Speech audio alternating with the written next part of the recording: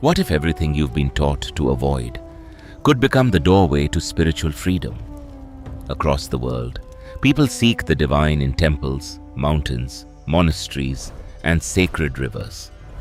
Yet one ancient tradition chose a place where most people refuse to look, a place of funeral fires, silence, and impermanence.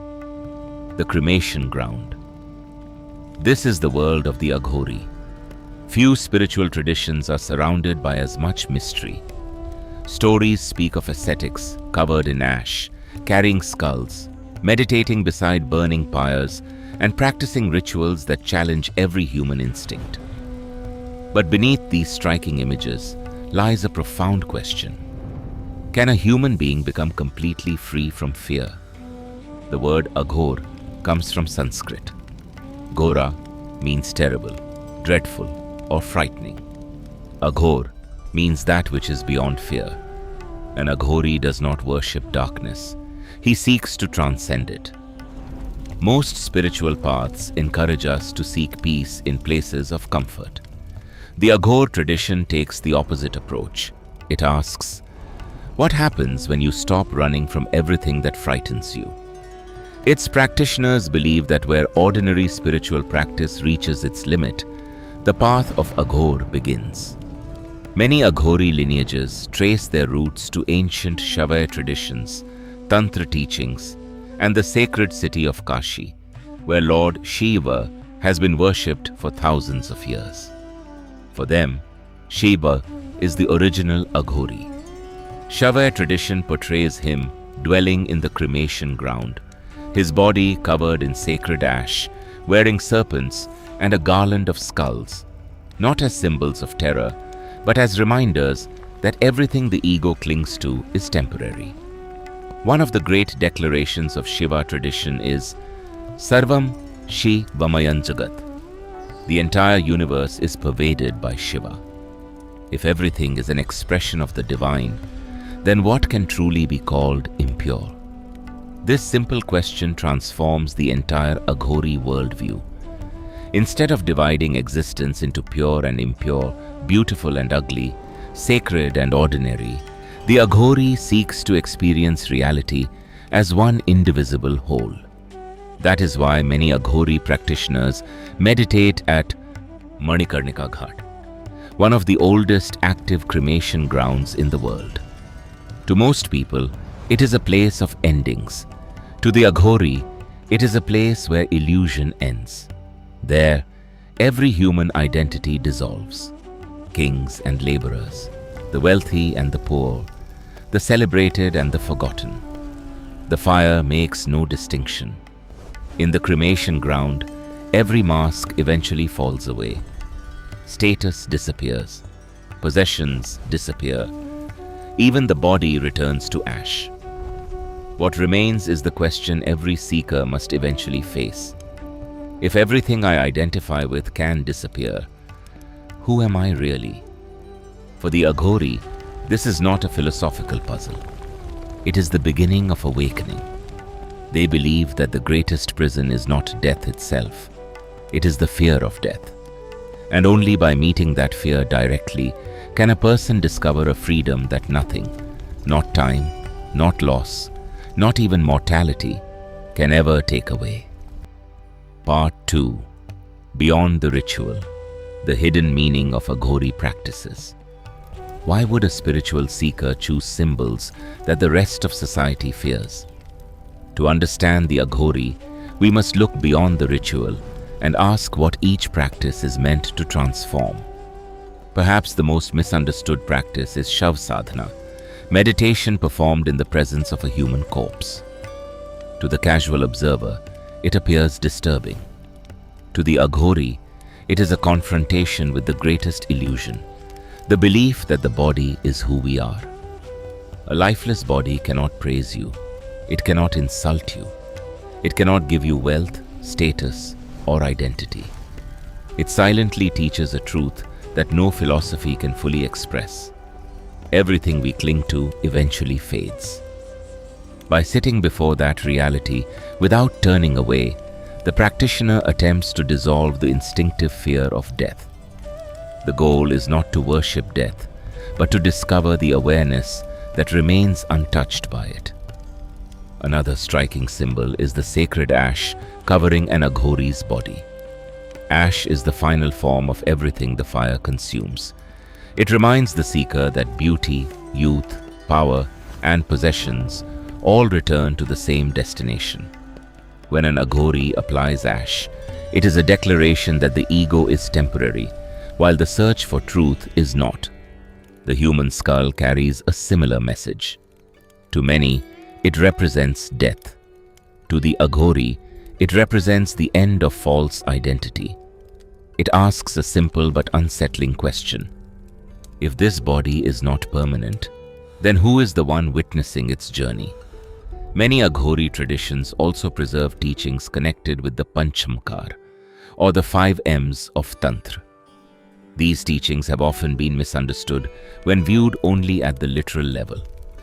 Within several lineages, they are understood as symbols of mastering instinct rather than becoming enslaved by it.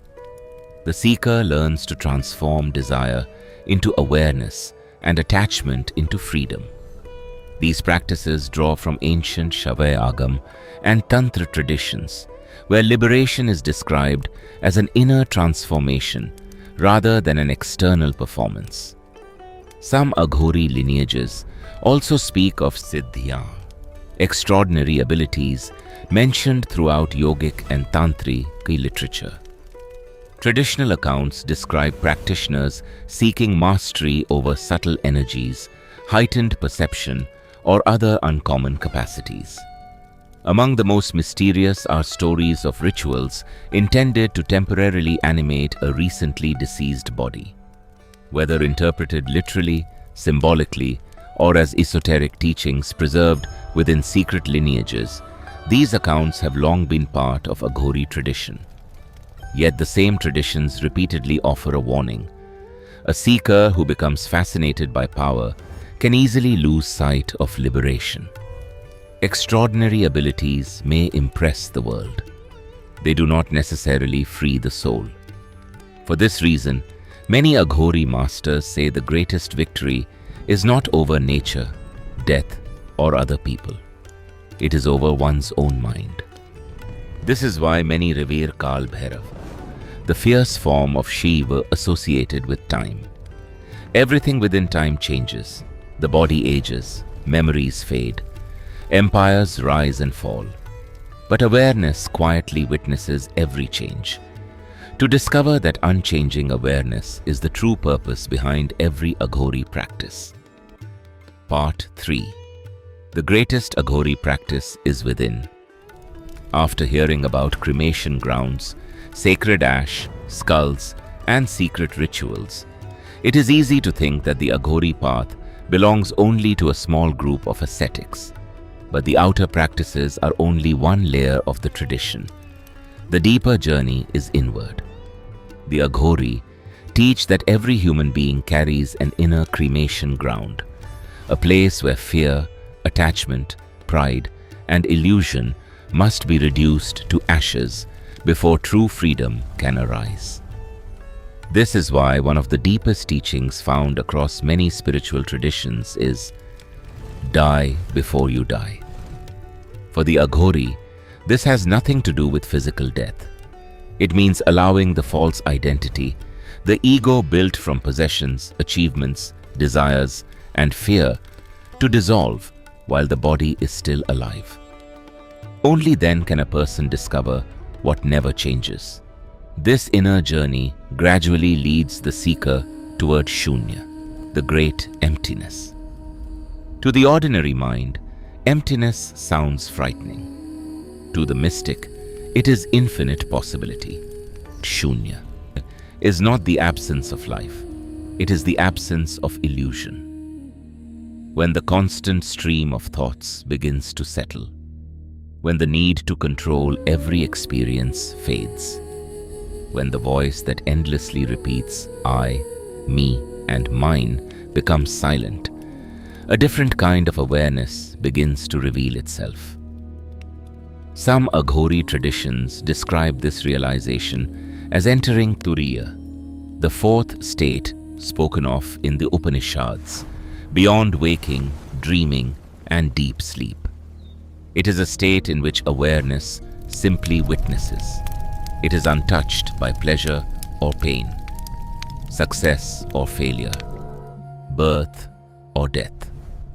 For many Aghori practitioners, the mind is not the creator of consciousness, but an instrument through which consciousness is expressed. The goal of spiritual practice is not merely to sharpen the mind. It is to discover the awareness that exists beyond it. What then can an ordinary person learn from the Aghori? Not that everyone should imitate their rituals. The tradition itself recognizes that its outer disciplines are meant for only a few, under the guidance of an accomplished guru. Its true gift lies in its perspective. Ask yourself, what fear quietly controls my life? Is it failure, rejection, loneliness, aging, death? Instead of escaping it, observe it honestly. The moment we stop running from fear, it begins to lose its grip. The same is true of judgment. The mind constantly divides reality into opposites, pure and impure, beautiful and ugly, success and failure. The Aghori invites us to look beyond these divisions.